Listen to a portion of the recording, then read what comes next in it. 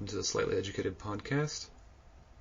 Today we have Emily Dotson on, and she is currently the coordinator of student conduct at Arizona State University, and she was previously the restorative justice coordinator at the University of Dayton, and she's been working on restorative justice in the academic setting for a couple years now.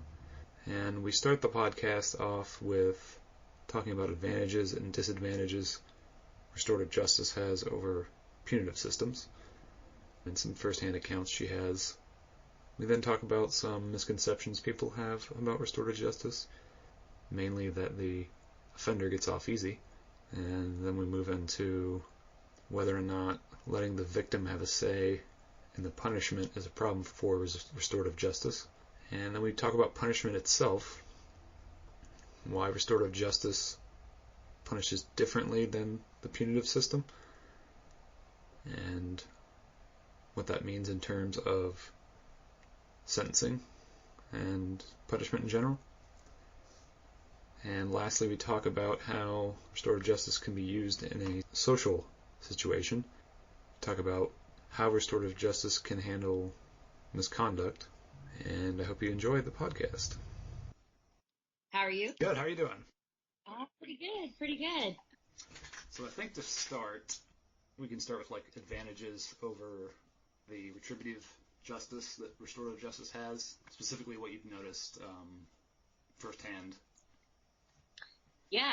So I think advantages that it has over a regular punitive system, and I think punitive systems are all about just giving punishment, and that's it. It's like, okay, well, you did this, so now you have to do this in order to not really make up for it, though. It's basically we're giving you this because we think this is what you deserve for messing up or, whatever. While restorative justice, the advantage to it is that there can really be some actual learning from it. Like, I look at least within higher education, punitive systems all have okay, you messed up by, breaking a policy, so let's have you write a research paper on that. And it's like, number one, no student wants to write a research paper. Number two, that they don't have to write for class. And number two, what are you actually learning from a research paper unless it's something that you're interested in? So It's just be a whole bunch of stuff regurgitated back on a piece of paper. So with restorative justice, it all surrounds conversations, hearing how your actions impacted not only the community, but people within the community. So hearing firsthand from how somebody was woken up to you drunkenly coming back into the dorm, and how the RA had to wake up and call the university police department, how university police department, if some of them were on call, had to, get out of bed or leave their families or, whatever. If you puked in the hallway, what maintenance or facilities person had to respond to that super late at night. There's more things that are being impacted by somebody getting wasted on a college campus than I think a lot of students realize. And so restorative justice, at least on a college campus, gives the opportunity for that conversation to be had and actual learning from mistakes to take place. Because I think it's that key of feeling guilt, seeing how your actions affected other people, and feeling that guilt is what kind of makes the learning happen. Because it's oh, I don't want to feel like this again, so let's actually learn from this. Yeah, and ultimately, I think it's a worse form. I don't want to say worse, but it feels, everybody has that feeling of shame when they they didn't do something, they didn't do what they were supposed to do, and now they have to pay the price. And a big aspect of that is looking into the person's eyes that you let down, and saying yeah, I messed up. And at least in the court system, that's a big thing. Maybe you might not even see the person you harmed at all, so it's very disjointed in that you don't get to see, like you said, your actions have effects. Absolutely. Absolutely. It's I always tell the students, beyond actions, words too, your words mean things when you say them. Your actions mean things when you complete them. So it's just it's beyond me just telling you that you messed up. You need to realize that you messed up. And the people who choose not to realize it during that conversation are the recurring offenders. So they're the people that we see again.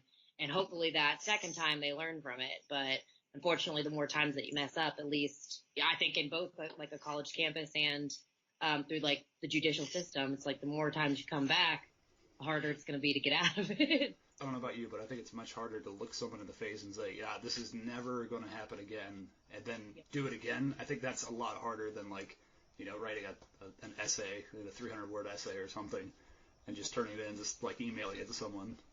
Yeah, I probably won't puke in the dorm hallway again. And we've been over like some of the cost is kind of rampant for like the disadvantage of things, because you're kind of just throwing administrators' time at students, which it's good if you want to solve problems. It's bad if you want to keep the budget down, I guess. Yeah. I mean, I think like I think it's like, every situation is different, and there's little wins that you experience with every different situation. I know at the last institution when I was at the University of Dayton, like the restorative justice work that I got to do there with the students who returned from suspension, each one had kind of a different experience when they were suspended. Each one had a different experience when they were coming back. So I think beyond like the people who have to go through it, like who experience it, but I think the people who participate in it as well, it provides closure, it provides growth, it provides just so much more than even to facilitate. I mean, to facilitate it and to watch that learning happen and to watch that mediation, I guess, if you will, and like see the student truly grow in front of me was amazing for my personal growth and for everybody else that participated that was on the University of Dayton's campus. So I think like beyond just the personal growth of the offender, it's a personal growth and kind of closure situation, and allows everybody that was involved to say their piece, to feel like that they were heard. And I think that that's really important in today's day and age. Yeah, and I think you, correct me if I'm wrong, I think you said that like all the students were like, yeah, I didn't know that I had access to these kinds of resources. That was a big one. And that maybe one person said to you that like they probably wouldn't have gotten through it if they didn't have this kind of program. Yeah. Actually came back to the campus, which the college doesn't want, students to drop out. They don't want that, but they have to punish people. Exactly. And I think like that's at least with student conduct. So a lot of people think that student conduct offices, even like the judicial system too, are out to get people. And I know I can't necessarily speak for the judicial system. I would like to think more positively about it, that they're not out to get people, but I can honestly say, like, from a student conduct at a university perspective, like, we are not out to get anybody, number one, because it creates more work for us. Like, we look forward to the day where we don't have to see any students, because it's like, holy gosh, we're doing something right, And, is there any, like, large, like, misconceptions about restorative justice? Do you think, like, what about the system do most people think that's not really true? Is there anything like that? yeah, I think for some of my research that I did when I had to do my literature review for my thesis, some of the things that I read were that people didn't think that it was hard enough on students or on people in general, that it was almost like you were letting them off easy. And I don't think that that's necessarily the case. I think that if somebody fakes it to get through the whole thing and doesn't actually want to take responsibility for their actions, but is just going to say and not actually learn, then I guess, yeah, it can be looked at as easier. But that's the thing. Like most of the time when it comes to restorative justice practices, a lot of the prep work, like you can tell if somebody's actually invested in it or not. And it doesn't work unless everybody is invested. So I think a common misconception is that you're not being hard enough on somebody if you're just giving them a conversation. But it's like, beyond that, there's other sanctioning that happens, like more than just the conversation. The conversation is like the key piece to it, though, to actually promote learning and to make it educational overall. Which is a funny complaint because with the former systems, there's not, besides like the essays, there's no way to. I think it's easier to fake it in the old systems, and like you don't have to be on board or agree with anything in like a punitive system. Like it's just there's no like arguing about it. There's no like this is what like they tell you what you did, but like you don't participate in the apologizing and stuff. Basically, you don't have to, as long as you don't do whatever the punishment suggests. Like it's totally fine. I remember the other point I was going to make about. God. Okay. So, and then the other thing is like with, you said earlier that it's not the goal of anybody at an institution to suspend anybody, to get rid of anybody, to kick anybody out of school. It's not, because especially public schools now, all public universities and even like community colleges, the funds for higher education are actually like financially not that great. and they're really dependent. The state gives more money to institutions with a higher rate of people graduating, with a higher rate of people getting through, finishing that 4 years, getting that degree. That's how the university gets money. Really, the goal is never to suspend somebody because we're missing out on money. But like you said, people do need to learn, hey, there's certain behaviors that are not okay, but it's not only on a college campus are they not okay. It's in the giant overall community. It's if you don't, and I tell my students in my meetings all the time, I'm if you don't learn this stuff now, I'm a firm believer that the stuff that happens to us in life comes back around again later on in some different form or fashion to make sure that we learned that lesson. So I was if you don't learn it now, it's going to come back around again, and it's probably going to be somebody that you work with, and you're not going to be seeing somebody in student conduct. You're going to be seeing somebody in the human resources department sliding you a pink piece of paper that says, sorry, but you're fired. It's that there's a greater risk if you choose to not learn it now. The punishment is on training wheels and higher ed. Like you said, especially if the college needs its students in terms of financial. But yeah, punishment works. If you have no punishment, people can do anything. There seems to be some kind of a happy medium to find where you can punish people and let them come back into the community. So you kind of touched on how you're having problems with getting this institutionalized. But what do you think the biggest barriers are from going from point A, current justice system, to point B, more of a restorative justice system? Yeah. So at UD, it was really easy because the overall institution's kind of core values was surrounded by the idea of community, the idea of the common good, and the idea of you're bigger than yourself, basically, everything is bigger than just you. And that was just the mindset that UD had. And so it was really easy to match that with restorative justice practices and get them on the road to having a fully restorative system. Plus, they're a private institution, so they can kind of do what they want at that point. They do really well with the money that they have. So it's they kind of, and the vice president of student development had just thrown all of his support behind it. And it's about getting kind of the top dogs to really support you. So here at Arkansas State, my supervisor, the director of the Office of Student Conduct, is very supportive in anything that I want to do with restorative justice. So I think I mentioned it earlier, but we've started doing different types of restorative justice programming, and I've changed a couple of the larger presentation sanctions that I have to give to some of the kids to make them more restorative in nature. I've changed kind of my questioning when I go into formal hearings, how am I approaching formal hearings and stuff like that. Overall, we're trying to start small, but we're running into, there's this ideal within kind of the South, because my supervisor is from Missouri, so she's a little bit more Midwest, Northern, if you will. But there's this idea of the good old boy system, and I think that Arkansas State was definitely a part of it before. And they got a new chancellor this past year. He's wonderful. He's supportive and everything, but he's very high up, and I don't have the ability to get to him like I could at UD to pitch my ideas, to do this, to do that. And the Dean of Students at Arkansas State, I think, is wanting to move towards restorative justice. I think that they overall just don't really know how, and that's part of the reason why they brought me in. But I've got to have buy-in from more than just my office and the Dean of Students. I had to form relationships at the University of Dayton all across campus in order to make those systems work, and it's just not something that I've been able to do here yet.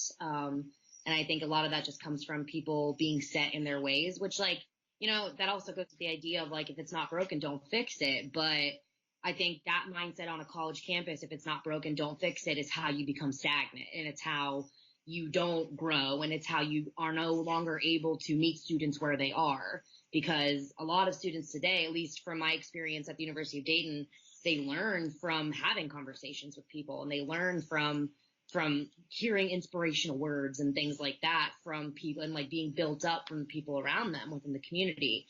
And that, unfortunately, is just not the mindset that Arkansas State has yet. I really would like to believe that it can happen because, if you look at Ole Miss is in the South, and they're a completely restorative justice system. I don't know how well it works, but they're one of the ones that's always referenced. So that's kind of strange.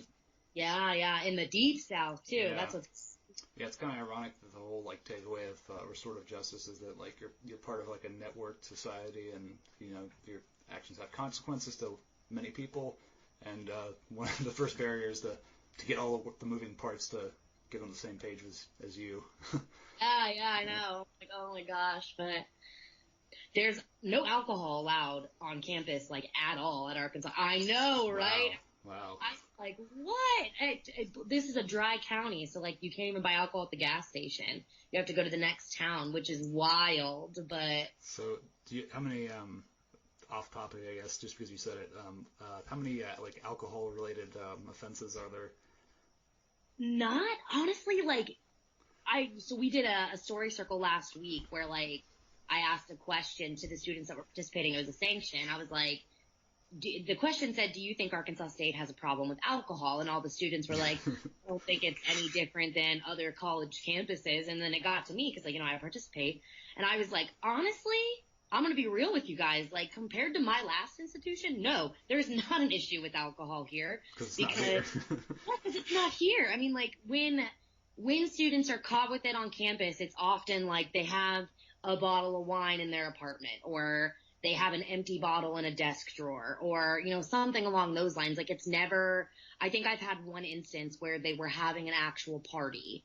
But other than that, like when students come through, especially like when they're of age, I'm like, listen, I can't tell you what to do with your life choices. Like, I'm not naive. I was an undergrad and I underage drank, so I'm not going to sit here and preach to you like, don't underage drink. Like, just make sure you're doing it safely, but most importantly, like, you're doing it off campus, because you're not going to have to come and see me if you're doing it off campus. And they're all like, yeah, I know. And I think it's going to be like minor stuff like that where like one or two students will get busted, but not to the extent that it was at UD. Not at all. The culture is just completely different. So you're going to be advocating dry campuses? I mean, that was a joke. So you kind of, you didn't explicitly say it, but you said kind of with dealing with like people from the South in America, they are a bit more individualistic than say like China or Japan. So kind of the take-home message is kind of like foreign to them in a sense. Like they're very individualistic. They want to do what they want, and they don't think in terms of like oh, how is person X going to think about this? Oh, how is this going to upset the group? So yeah, I imagine that is a particularly hard thing to teach to people. Like it's obviously it's a grown-up thing to learn, but yeah, I feel like I guess you don't know because you haven't like taught people from like communal societies, but I feel like that would be a pretty big barrier.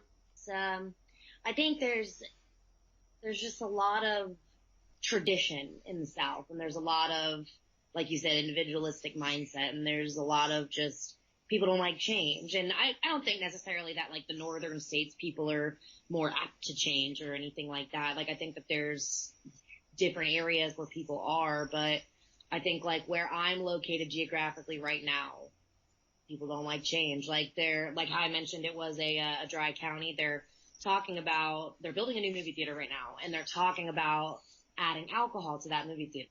The people here are just freaking out about it because it's different, and they think they think that like people are going to be hammered at the movie theater.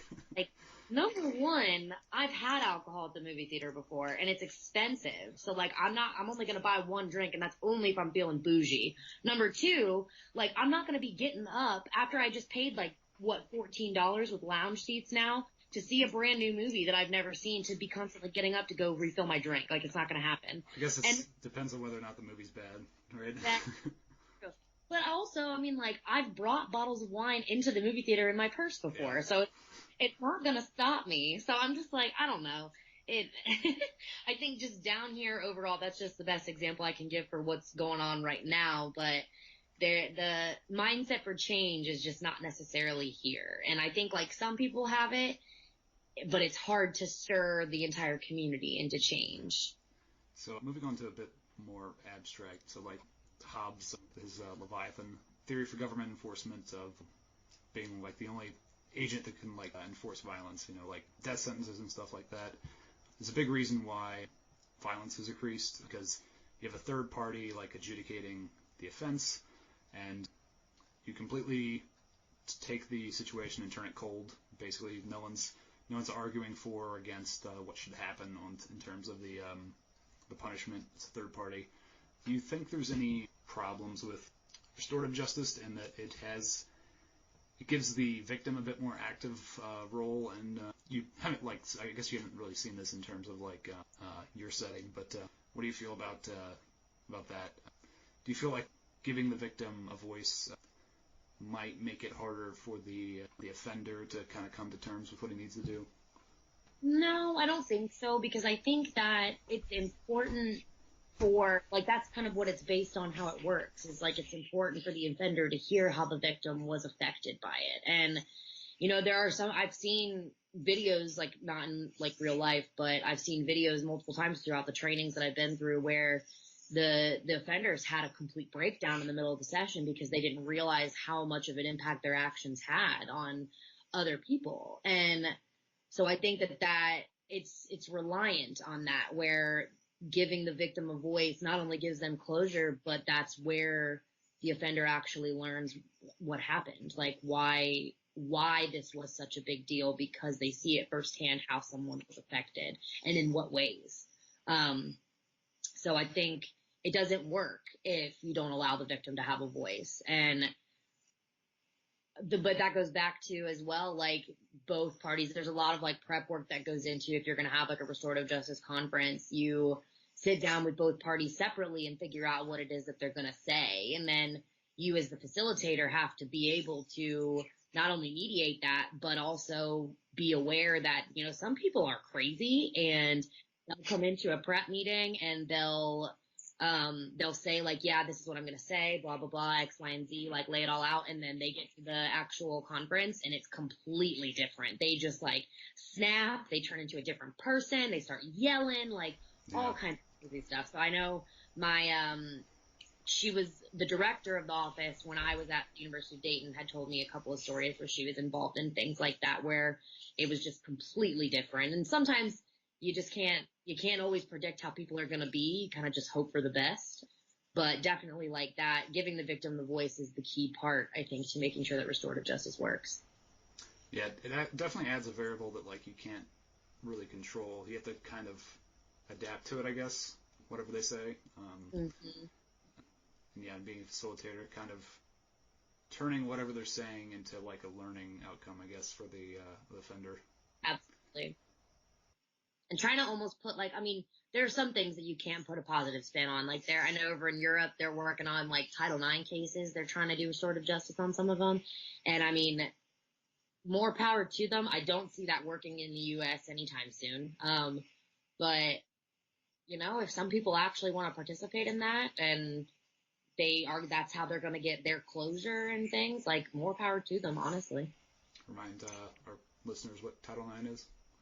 It's discrimination on a college campus, but Title IX overall is sexual harassment, sexual assault, things along those lines, any type of discrimination, really. So a bunch of things can fall under Title IX, but Title IX that I'm referring to is the sexual violence and sexual assault and rape and everything along those lines. Yeah, it seems to be the area where most people would assume that the system kind of breaks down when it's kind of something of that nature.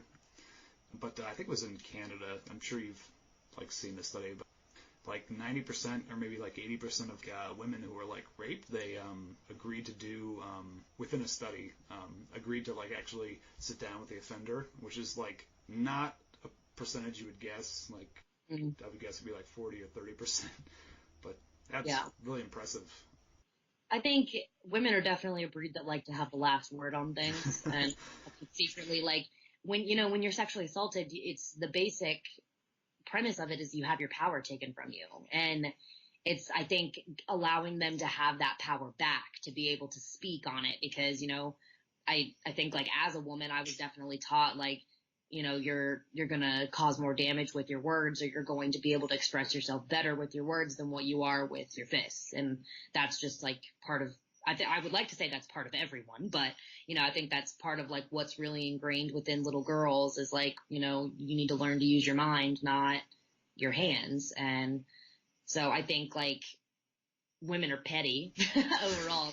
They want to get the last thoughts out there and like want to kind of make people suffer, if you will. But I think like also it's a way for them to get closure and a way for them to have that power back, to be able to be like, you did this and I want to see you take responsibility from it. Because a part of restorative justice conferencing and circles and things like that too is like the victim gets to participate in deciding what the overall, like punitive side of it is. And not that restorative justice is punitive in really any way, but there are other things. It's like I said earlier, there are sanctions that go with. It has to be punishment in the end. Yeah. There's some sort of punishment that they have to do, and the victim gets the chance to help determine what that's going to be. And I think that is kind of what gives them that power back. Like you were saying, a lot of people think that like, oh, the person gets off too easy. Could imagine scenarios where somebody has a particular viewpoint that say they don't think that the offender should be punished, like, which obviously there's easy fixes. You have like, minimum sentences for like any kind of crime. The victim can advocate that they just get the minimum. But yeah, do you think that that's I don't think you think it's an issue that people can like argue down. Even someone who like say like murdered somebody could request the minimum. Whether or not they get it is up to other factors. But do you think that's an issue that people could be too lenient on their offenders?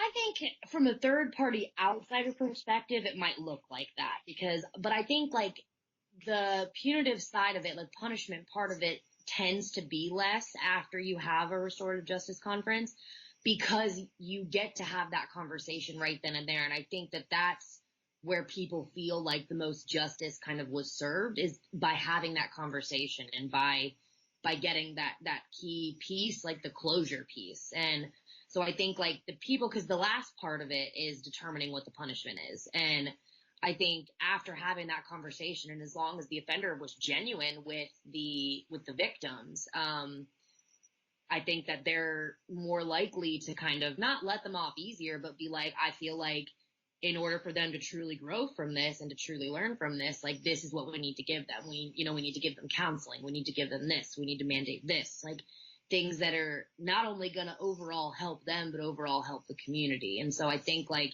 it's really easy if you're not involved in the actual conversation to be like, oh, they let that person off so easy. But if you're involved in the conversation and seeing like how it unfolds and seeing the true learning happen, I think it's different. Like it's definitely one of those things that you have to be involved in the overall process in order to see how it actually works. Like if you walk away feeling as if that person won't offend again, it in itself reduces the punishment that the victim typically wants to see, which makes sense. Like if they're willing to, meet you in the middle ground of understanding what they did was wrong, that makes sense. And there's a similar situation to that where you explain to this person that, you give them their spiel of like what they did was wrong, and they totally accept that, and you are pretty much convinced that they're not going to, reoffend. This is kind of like the other aspect. If the victim wants to punish too harshly, like you as like a facilitator convinced this person's never going to do this thing again, but the victim is wanting to push for and the family say is wanting to push for the highest degree they can get of punishment. What do you think about that kind of issue? It's obviously it's an issue that our current justice system faces, but interested if you have any ideas about how a restorative one would handle that.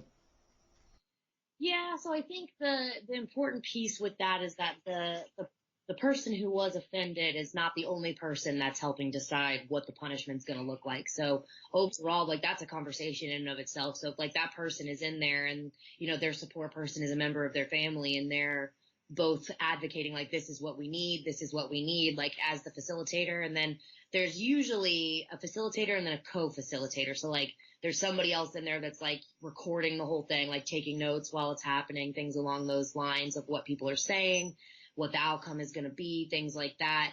I think that's just kind of pointing out, like, and asking the important questions to the person who was offended and to the support people, like, okay, but why is that? What exactly that you need? Like, can you explain, can you delve deeper into why you need, after this conversation, after you've heard this person's side of the story, you're able to share your side of the story. What is it that's still making you feel like you need the absolute worst from this person. And I think that it's just a conversation that's at least how I would handle it. Like just having that conversation there. And then you have other people from the community that are weighing in on it as well. People who maybe like were affected, but were not as directly affected as the main victim within the situation.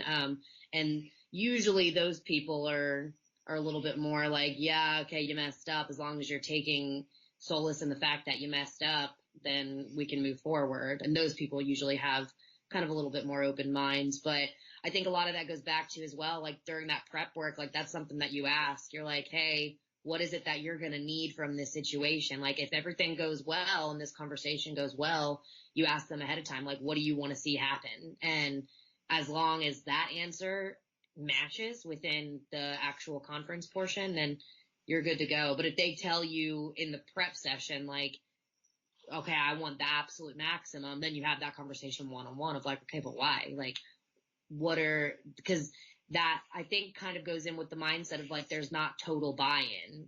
You're participating in a restorative justice conference because you're wanting it to be restorative overall. You're not wanting it to be punitive. And if you're coming into it with, you want the absolute maximum punitive side, then there's no point in even doing the restorative justice conference because you're not going to get out of it what you were, the whole point of it is.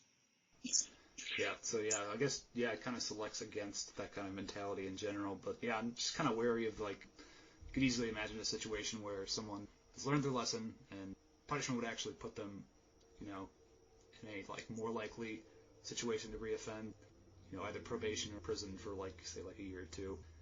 You could easily imagine where, like, if the victim could nudge it in terms of them going to prison for 2 years, that would substantially increase their likelihood of committing crimes again. I can't obviously speak for everyone in this case, but would probably make them more of a criminal if you send them to prison.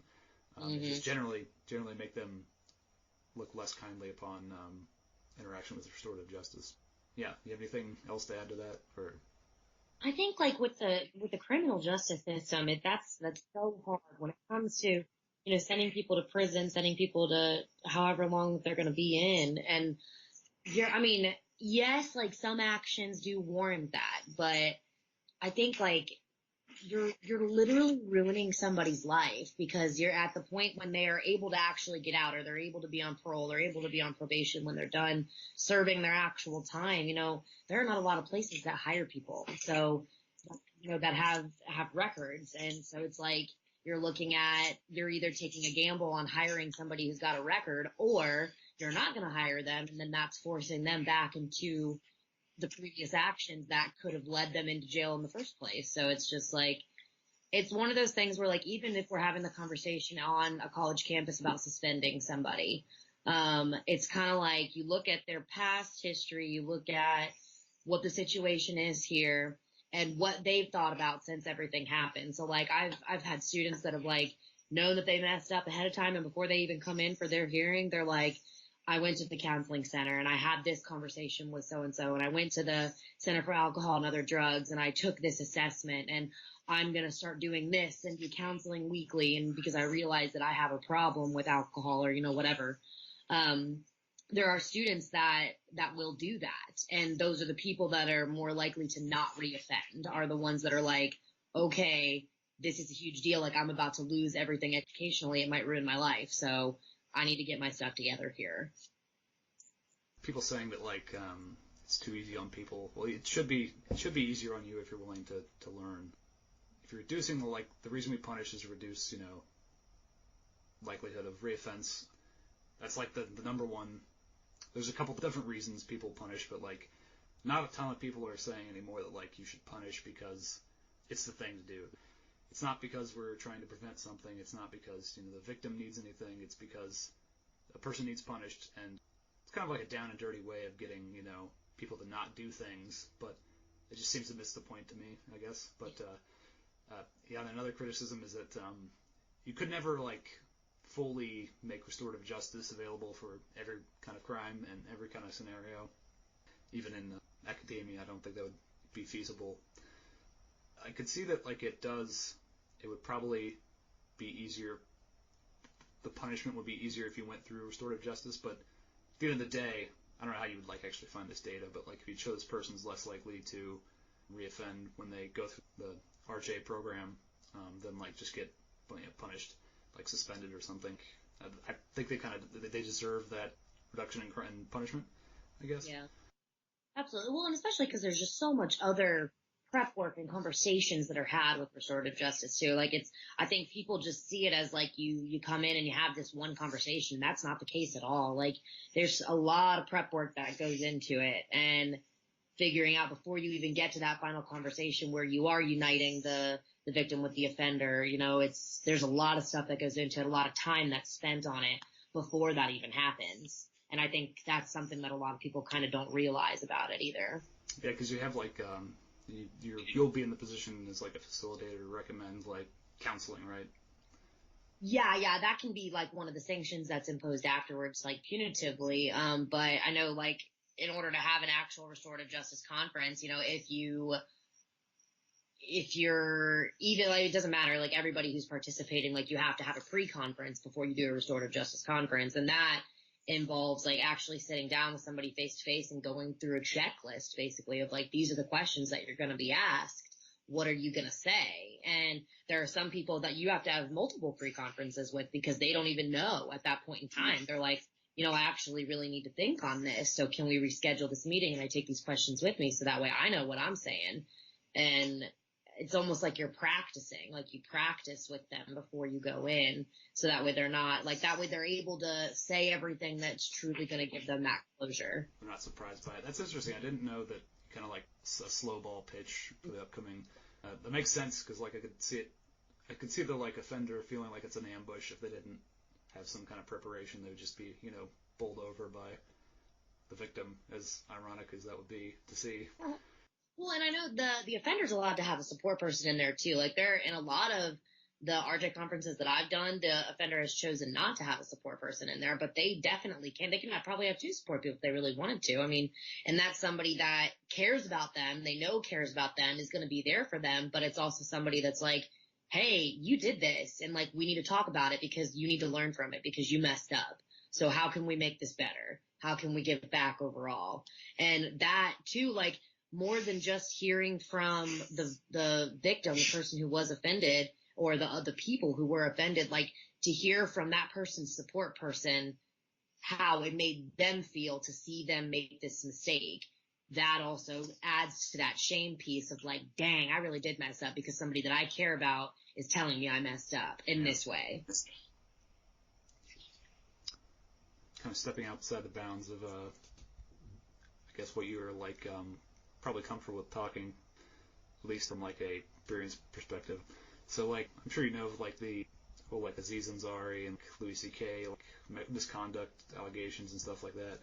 And I don't even really want to talk about the like Harvey Weinstein-ish stuff where it's like clearly you crossed the, like a line that you should probably like not come back into this industry like, at all. Like, but for like people where like stuff falls into like social punishment, do you think that restorative justice can kind of inform how we should handle that? I don't know all the details of like Louis C.K., but like obviously some misconduct for like. Are you familiar with like some of the stuff he's done? I want to say yes. I'm kind of blanking right now. It's a lot of like just really bad comments, isn't it? Or is his more sexual too? Yeah, it's more sexual. It wasn't like anything like he physically like held down someone and like raped them, but he would put them in situations where he never like got any kind of like legal proceedings because it wasn't anything that was really legally punishable. It was very much fell in like the social realm of punishment where like, to what degree do we punish this person? Yeah. And at what point are we okay with saying that like he's been punished and he's learned his like lesson? So like call out culture is very much like, no, that's it, like one infraction and like you should just be vilified by the public for ever. Louis C.K. shouldn't be able to go back to comedy. He's just out. Social media being the way that it is, people are brutal on social media, man. Yeah, and like there's no ref, right? Like there's no mediator that's like, hey, like this guy's TKO'd, like it's done. He's like been cooked to death.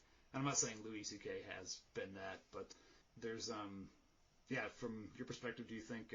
I mean, you've been in situations where like people have done something and you want them to learn about it, but it's not like a legal thing. It's just like like you had to foot the bill for them at dinner or something, like stuff like that. How do we know when people have like learned their lesson, and like when, like if Louis C.K. would come back and be like, he's done apologies, but like would an apology be enough to like demonstrate that he's learned his lesson, or like would we actually have to like obviously be nice to like sit him down like publicly with the people that he's offended, classic like RJ fashion, talk about it, but that's pretty unlikely. Yeah, do you have anything to say about that? Or It's a good question, honestly, because I feel like social roasting is just such a big thing. Like you said, call out culture. I mean, with people, like people are just completely brutal on Twitter, and they'll say whatever they want to say. And you're right. There's no mediator. And I think it's when you're famous and you're in the limelight, like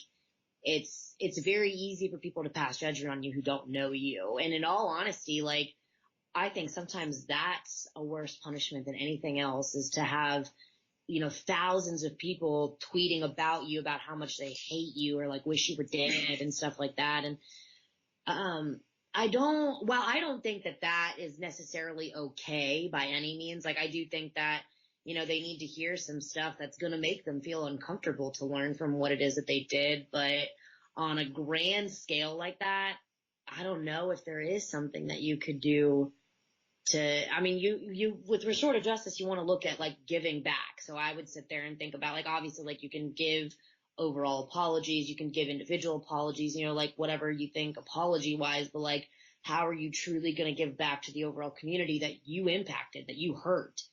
I think like in a best case scenario, you look at like the big roast sessions that they've had of like, the roast of Charlie Sheen, the roast of Bieber. It's like, get some people that you care about, or that care about you in some sort of way, but whatever, even people who don't like you, and just have them like roast you publicly. I mean, really, like that's the only thing that I can think of. Like have a backbone. maybe Louis C.K.'s next special is going to be him getting roasted by his victims.